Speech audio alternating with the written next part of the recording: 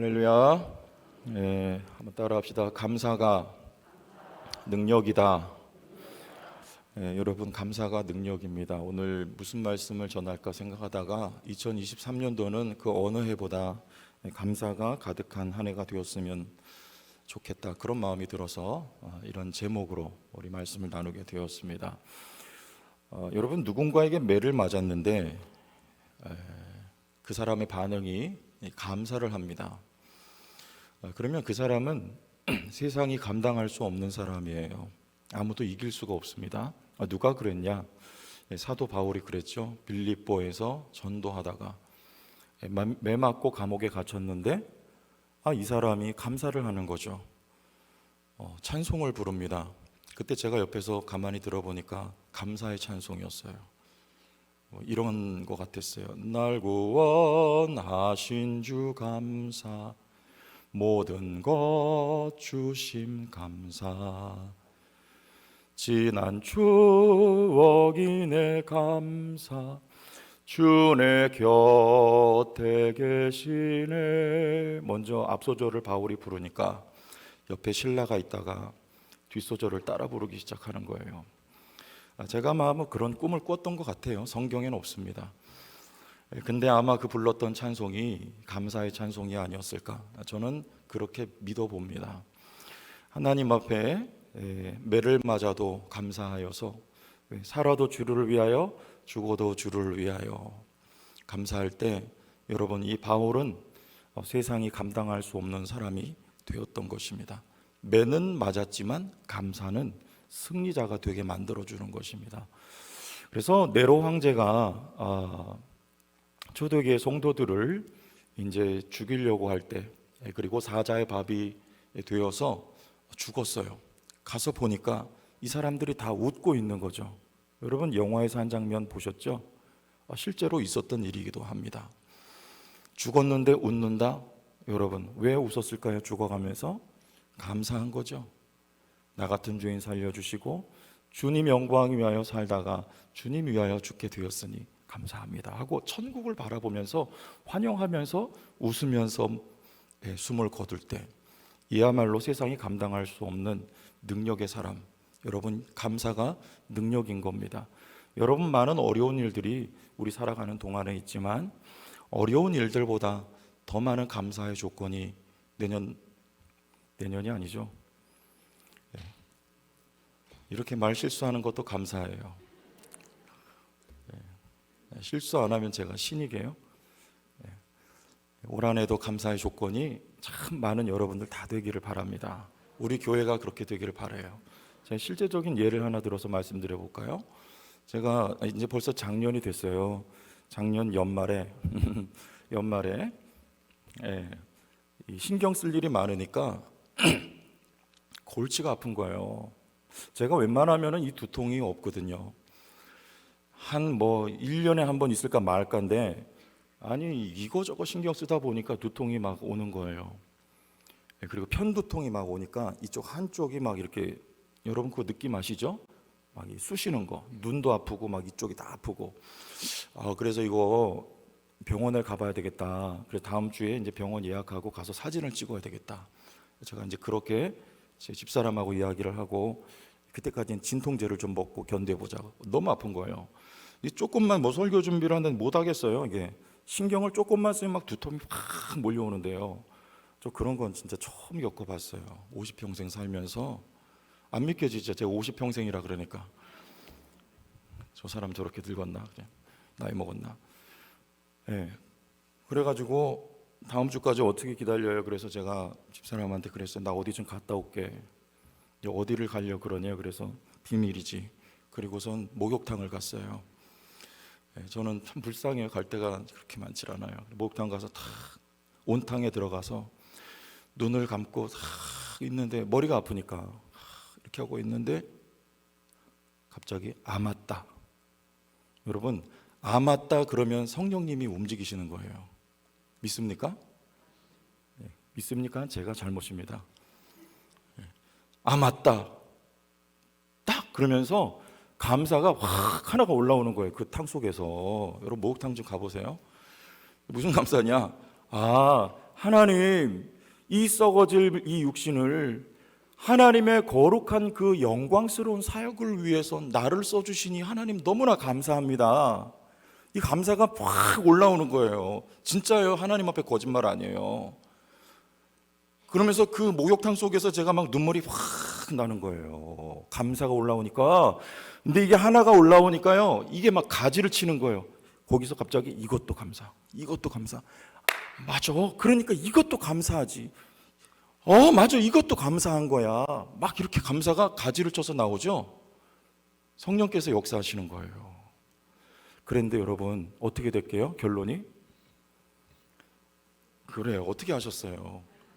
저 병원에도 안 갔고요, 사진도 안 찍고요, 진통제 한 알도 안 먹었어요. 두통이 싹 없어지는 거 있죠. 놀랍더라고요. 아, 그래. 감사다, 감사. 여러분, 속상한 일이 몇 가지 있어도요, 감사의 조건이 더 많은 거예요. 그거 찾아서 여러분 올 한해 감사해 보세요. 능력이 나타나고요, 감사하면 리셋이 된대요. 리셋이 뭔지 알죠? 초기화. 여러분, 그 속상했던 마음이 완전히 새롭게 바뀌는 거예요. 그게 다 없어지고요. 제가 집에 가서 집사람하고 감사 나눔했다니까요. 그래서요, 그거. 네. 여러분, 감사가 능력입니다. 사업이 좀 안 되고 자녀들이 속색이고 관계 어려움이 있어도 그 몇 가지 말고 감사한 걸 찾아보세요. 권사님, 할렐루야. 올해 감사합시다. 네, 승리하는 지름길이에요. 승리하는 것입니다.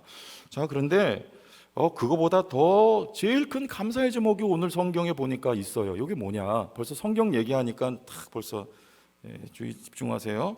자, 우리 1절에 3절 보니까 모세 이야기입니다. 이 모세가 노래를 하는데 이런 노래를 했어요. 하늘이여 귀를 기울이라, 내가 말하리라, 땅은 내 입의 말을 들을지어다. 3절 보니까 같이 읽어요. 시작. 3절. 내가 여호와의 이름을 전파하리니 너희는 우리 하나님께 위엄을 돌릴지어다. 와, 조건이 변한 게 아니고요, 지금 조건은 여전히 미디안 광야, 여기 광야예요. 아직 가나안 땅 앞두고 이 모세가 광야에서 이스라엘 백성들에게 말씀을 전하는 거 아닙니까?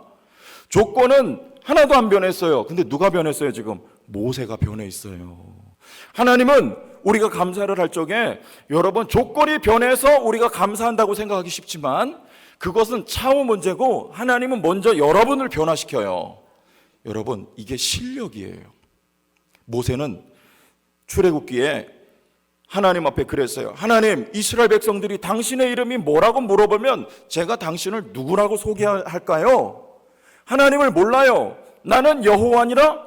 누구죠 그게? 근데 오늘 뭐라고 말해요? 내가 여호와의 이름을 전파하리니. 하나님을 이제 모세가 알아요. 깊이 합니다. 모세가 달라져 있어요. 하나님은요, 여러분을 바꾸십니다. 이게 왜 중요한지 아세요? 우리의 삶의 조건과 환경은 늘 바뀌기 때문에 그래요. 전도서 11장 8절 이런 말씀입니다. 시작. 사람이 여러 해를 살면 항상 즐거워할지로다. 그러나 캄캄한 날들이 많으리니 그 날들을 생각할지로다. 다가올 일은 다 헛되도다. 여러 해를 살면 항상 즐거워하라고 해요. 즐거워할 일이 참 많아요. 그런데 동시에 캄캄한 날들이 많습니다. 이게 조건이잖아요. 조건은 좋은 조건도 있고 캄캄한 조건도 있어요. 근데 우리의 삶에 이게 늘 교차해서 다가오지 않습니까? 어느 날은 좋고 어느 날은 자녀들이 잘 되고, 그런데 조금 살아보면 어느 날은 또 안 돼요. 이게 어둡고 캄캄합니다. 그러면 우리는 내가 약하면, 내가 실력이 없으면 늘 끌려다니는 거예요. 좋은 날은 하하하다가 안 좋은 날은 또 슬프고 괴롭고 고통스럽고. 그런데 누가 바뀌면, 내가 바뀌면, 내가 실력이 있으면, 내가 능력이 있으면 조건이 어떠하든지 상관없이 뭐 할 수 있다? 감사할 수 있는 거예요. 그래서 하나님은요, 우리를 바꿉니다. 하나님은 모세를 바꾼 거예요. 여러분, 요걸 뭐라 그래요? 실력자라 그러고 요거를 능력자라 그러는 거예요. 이런 능력자가 어디 있어요? 무슨 일을 만나든지 만사형통하리라. 여러분, 이 노래를 부를 수 있는 사람, 여러분, 이거는 세상이 감당할 수 없는 능력 있는 사람이에요. 누가 그랬어요? 사도 바울이 아까 소개했던 우리 빌립보서 4장 11절에서 13절 보니까, 조금만 참으세요, 설교 다 끝났어요. 이제 요렇게 바울이 이런 사람이 놀라운 능력자예요. 같이 읽어보세요. 시작. 나는 비천에 처할 줄도 알고 모든 일 곧 배부름과 배고픔과 풍부와 궁핍에 처할 줄 아는 일체의 비결을 뭐했노라? 여러분, 이 바울은요 이렇게 말해요. 나는 어떠한 형편에 처하든지 자족하기를 배웠다. 나는 풍부하든지 가난하든지 비천하든지 풍요롭든지 나는 자족한다. 환경이 어떻든지 조건이 어떻든지 나는 감사할 수 있다. 기뻐할 수 있다. 그래서 매를 쳐가지고 옥 속에 넣는데 거기서 찬송을 부를 수 있는 거, 이게 바로 여러분 능력 아닙니까? 조건이 어떻든지 관계가 없는 거예요. 자족할 수 있는 것입니다. 여러분, 이런 능력자가 어디 있어요?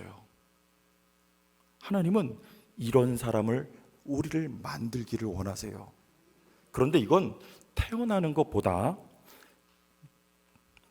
길러지는 것입니다. 배우는 거예요. 나는 자족하기를 배웠다 말해요, 바울이. 어디서 가르치실까요? 우리 신명기 말씀으로 돌아옵시다. 32장 11절 찾으셨습니까? 마치, 같이 읽습니다. 시작. 마치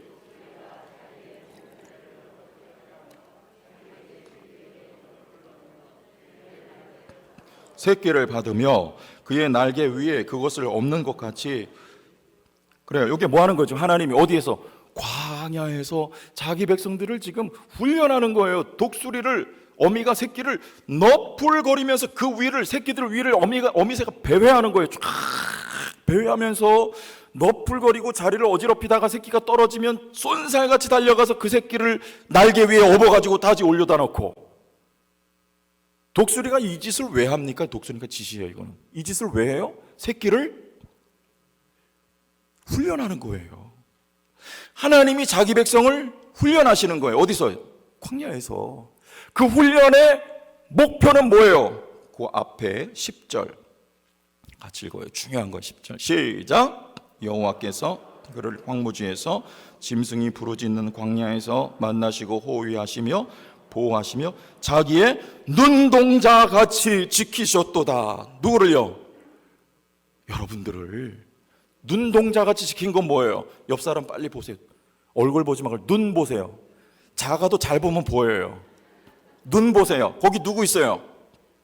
따라하세요. 네 눈 안에 나 있다. 보이세요? 눈 보세요. 그 눈동자에 누구 맺혀 있어요? 상이 나 있어요. 이게 눈동자 가치예요. 하나님은요 자기 백성을 딱 언제요? Always, 항상 여러분을 보십니다. 왜 봐요? 죽이려고? 지키시는 거예요. 훈련시키시는 거예요. 여러분을 항상 보세요. 사랑하시는 것입니다. 그가 여러분을 눈동자같이 지키시는 것처럼 누구도 하나님의 훈련의 목표는 우리도 하나님을 항상 보는 거예요. 항상 비가 오나 눈이 오나 바람이 부나 어저께나 오늘이나 2022년이나 2023년이나. 아멘은 한 번만 하시고 기분 나빠서 설교 끝내겠습니다. 하나님이 우리를 항상 눈동자같이 보시는 것처럼 여러분들도 하나님만 항상 보도록. 왜 봐요? 왜 봐요? 청춘 남녀가 사랑했어요. 프로포즈를 해요. 남자가 여자한테 나하고 결혼해 주세요. 그랬더니 여자가 그런 말을 했어요. 저는 가난하고요 아무것도 없는 여자입니다. 그러는 거예요. 남자가 뭐라 그랬게요? 다 필요 없습니다. 당신만 있으면 돼요. 아주 프로포즈를 이렇게 하는 거예요. 누구만 있으면 된다? 여러분 주님 사랑한다면서요. 하나님 사랑하십니까? 누구만 있으면 돼요? 하나님만 있으면 됩니까? 예수님만으로 만족합니까? 그러니까 주님만 보는 거예요. 하나님은 여러분을 기업이라고 하셨습니다. 여러분이 하나님의 기업이요 몫이에요. 하나님은 여러분이면 돼요. 그래서 여러분을 눈동자같이 지키고 보호하시는 것입니다. 여러분을 보시는 거예요. 여러분도 주님 사랑하세요. 주님만 바라보는 거예요. 사랑하면요, 그때 자족할 수 있는 능력이 오는 거예요. 누구만 있으면 되니까요. 이 남자같이 아무것도 없어도 됩니다. 하나님, 당신만 있으면 됩니다. 바울이 그 자족의 능력을 가진 사람이었고, 하나님의 훈련의 목표는 우리를 그런 능력 있는 사람 만드는 것입니다. 2023년도 하나님으로 자족하는 한 해요. 우리를 그런 실력 있는 사람으로 만들어주시는 하나님 앞에 감사하는 여러분들이 되시기를 예수님의 이름으로 축복합니다. 주의 영광 이곳에 가득해